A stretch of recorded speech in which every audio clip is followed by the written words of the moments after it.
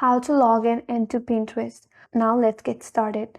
First of all, make sure that you have the Pinterest application installed in your device, or else open a browser and then there type in www.pinterest.com, and from there all the steps are pretty similar with this application.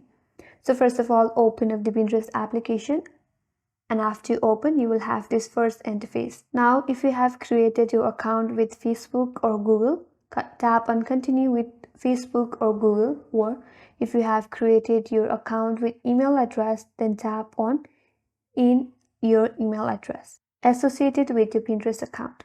After that, tap on continue. Now on the next interface you have to enter your password. Make sure you type in your correct password, or in case if you forgot your password, then there is an option to reset your password as forgot password. Tap on that and that will help you out to recover your password. After that, you may be logged into your account.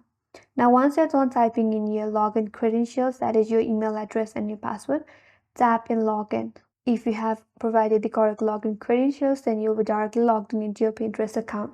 So that's how you can log in into Pinterest, and that's all for today's video. Hope this video helped you, and if you're new to our channel, make sure to subscribe, like, comment, and hit that notification bell icon. Thanks for watching, and I will see you on next video.